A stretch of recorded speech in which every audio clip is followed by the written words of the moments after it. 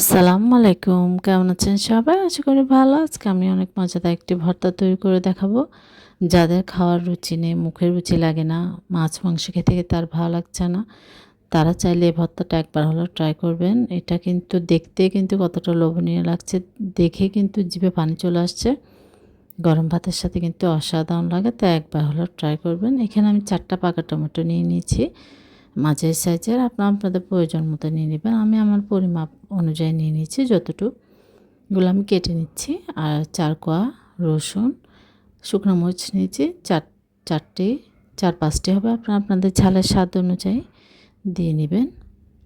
শুকনো মরিচটা আপনাদের মতো করেই, আমি আমার মতো করে নিয়ে নিলাম। এবার আমি সবগুলো কেটে নিচ্ছি। কাটার আগে কিন্তু আমি সব কিছু ধুয়ে নিয়েছি। এখন আমি সব কেটে নিলাম। কেটে এবার আমি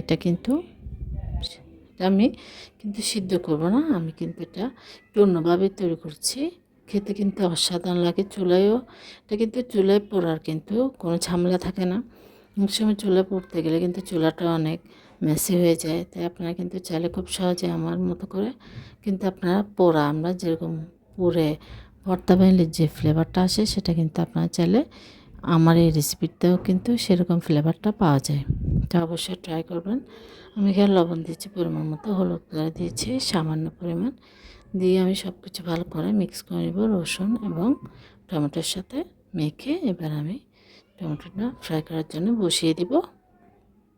দেখুন ভালোভাবে একদম লবণ হলুদটা যেন হাত দিয়ে ভালোভাবে মেখে নেব, যেন প্রত্যেকটা টমেটোর মধ্যে হলুদ আর লবণটা লাগে, সেইভাবে করে নিচ্ছি।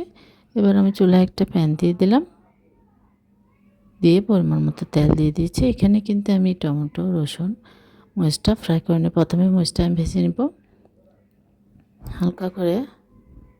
চুলাটা কিন্তু একদম লোতে রাখতে হবে, রেখে কিন্তু আমি এটা ফ্রাই করে নেব। দেখুন একদম লাল লাল করে ফ্রাই করে নেব, কারণ সামান্য একটু তেল দিলে আপনার এটা মচমচে হয় ভাজাটা।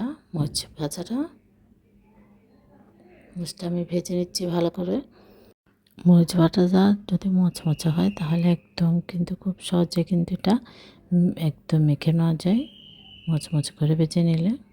আমার ভাজা হয়ে গেছে। এবার আমি টমেটো রসুন সেগুলো আমি ভেজে নেব। অল্প পরিমাণ তেল দিয়ে কিন্তু আমি এটা ভেজে নিচ্ছি, একদম সামান্য পরিমাণ তেল দিয়ে।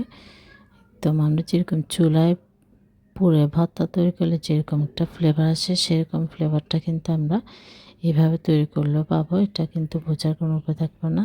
এটা অনেক মজা হয়, অনেক অসাধারণ হয়। তাই অবশ্যই এইভাবে করে আমার রেসিপি ফলো করে একবার হলো ট্রাই করবেন। আশা করছি আপনাদের খুব ভালো লাগবে। দেখুন আমি দিয়ে দিলাম প্রত্যেকটা টমেটো, দিয়ে রসুনটা কেটে দিয়েছি যেন খুব সহজে এটা ভাজা হয়ে যায়। ঢাকনা দিয়ে দিলাম যেন একটু তাড়াতাড়ি সিদ্ধ হয়ে যায়। তাই দেখুন টমেটো দিয়ে কিছুটা পরিমাণ পানি বের হয়েছে, এই পানিতে কিন্তু এটা সিদ্ধ হয়ে যাবে, ভাজা হয়ে যাবে। আমি কিন্তু আর ঢাকনাটা দিব না, এবার উল্টে পাল্টে আমি ভেজে নেব। খোসাটা চাইলে আপনারা উঠিয়ে ফেলে দিতে পারেন, আমি কিন্তু ফেলে দিব এটা। আরেকটার ভিতরে ঢেকে গেলেও কোনো সমস্যা নেই। দেখুন এটা কিন্তু হয়ে গেছে প্রায়, একদম পোড়া পোড়া করে নিচ্ছি আমি। টমেটোটা অনেক সফট হয়ে গেছে। এবার আমি নামিয়ে নিয়ে নিলাম। হালকা একটু ঠান্ডা হলে আমি ভর্তাটা তৈরি করে নেব। মরিচটা আমি ভালোভাবে মেখে নিচ্ছি, কষলিয়ে দেখুন হয়ে গেছে। এবার পেঁয়াজটা কিন্তু আমি কাঁচা দিচ্ছি, কারণ ভর্তাতে পেঁয়াজ কাঁচা দিলে কিন্তু এটা বেশি মজা লাগে। আপনার কাঁচা পেঁয়াজ দিয়ে ভর্তার টেস্টটা কিন্তু অন্যরকম হয়, তাই আমি পেঁয়াজটা কাঁচাই দিলাম। রসুনটা মেখে নিচ্ছি, আর লবণ যদি লাগে সামান্য পরিমাণ আমি অ্যাড করব, করে ভালোভাবে পেঁয়াজ এবং রসুনটা কষলিয়ে নেব। আর হাতের তৈরি ভর্তার কিন্তু টেস্টই আলাদা, হাত দিয়ে মেখে ভর্তাটা তৈরি করলে। দেখুন আর এটাতে সামান্য পরিমাণ লবণ দিব, বেশি না। আর সামান্য পরিমাণ লবণ দিয়ে দিব, কারণ লবণটা আমার কাছে একটু কম মনে হয়েছে। দিয়ে আমি এবার ভালো করে টমেটো পেঁয়াজ সব কিছু মিক্স করে মেখে নেব। আর লাস্টে দিচ্ছি সেই কিন্তু ভর্তার মেন আকর্ষণীয় ফ্লেভারফুল সেটা হচ্ছে সরিষার তেল, 1 চা চামচ পরিমাণ সরিষার তেল দিয়েছি এবং ধনেপাতা দিয়ে দিলাম। ধনেপাতা দিলে অনেক ফ্লেভারফুল হয়, খেতে বেশ ভালো লাগে।